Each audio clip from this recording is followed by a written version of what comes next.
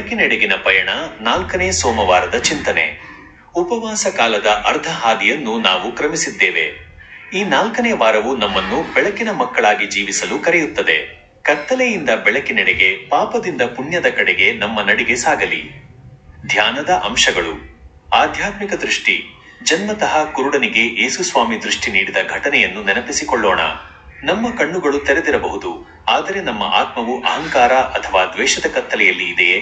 ಸತ್ಯವನ್ನು ಕಾಣುವ ದಿವ್ಯ ದೃಷ್ಟಿಗಾಗಿ ಪ್ರಾರ್ಥಿಸೋಣ. ನವೀಕರಣದ ಸಮಯ. ಈ ಸೋಮವಾರ ನಮ್ಮ ಮನಸ್ಸನ್ನು ಶುದ್ಧೀಕರಿಸುವ ಸಮಯ. ದೇವರ ವಾಕ್ಯವು ನಮ್ಮ ಹಾದಿಗೆ ದೀಪವಾಗಲಿ. ನಾವು ಮಾಡುವ ಉಪವಾಸವು ಕೇವಲ ಆಹಾರ ತ್ಯಜಿಸುವುದಕ್ಕೆ ಸೀಮಿತವಾಗದೆ, ಕೆಟ್ಟ ಆಲೋಚನೆಗಳನ್ನು ಬಿಡುವುದರಲ್ಲಿ ಅಡಗಿರಲಿ. ಕರುಣೆಯ ದಾರಿ. ದೇವರು ನಮಗೆ ತೋರಿದ ಅಪಾರ ಕರುಣೆಯನ್ನು ನಾವು ಇತರರಿಗೆ ತೋರುತ್ತಿದ್ದೇವೆಯೇ? ಈ ದಿನ ಕನಿಷ್ಠ ಒಬ್ಬರಿಗಾದರೂ ಪ್ರೀತಿಯಿಂದ ನೆರವಾಗೋಣ.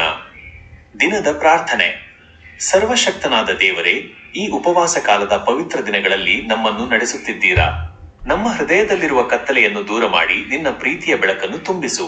ನಾವು ನಡೆದ ಹಾದಿಯಲ್ಲಿ ಎಡವಿದ್ದಲ್ಲಿ ನಮ್ಮನ್ನು ಕ್ಷಮಿಸಿ, ನಿನ್ನ ದಾರಿಯಲ್ಲಿ ನಡೆಯಲು ನಮಗೆ ಶಕ್ತಿಯನ್ನು ನೀಡು. ಆಮೆನ್.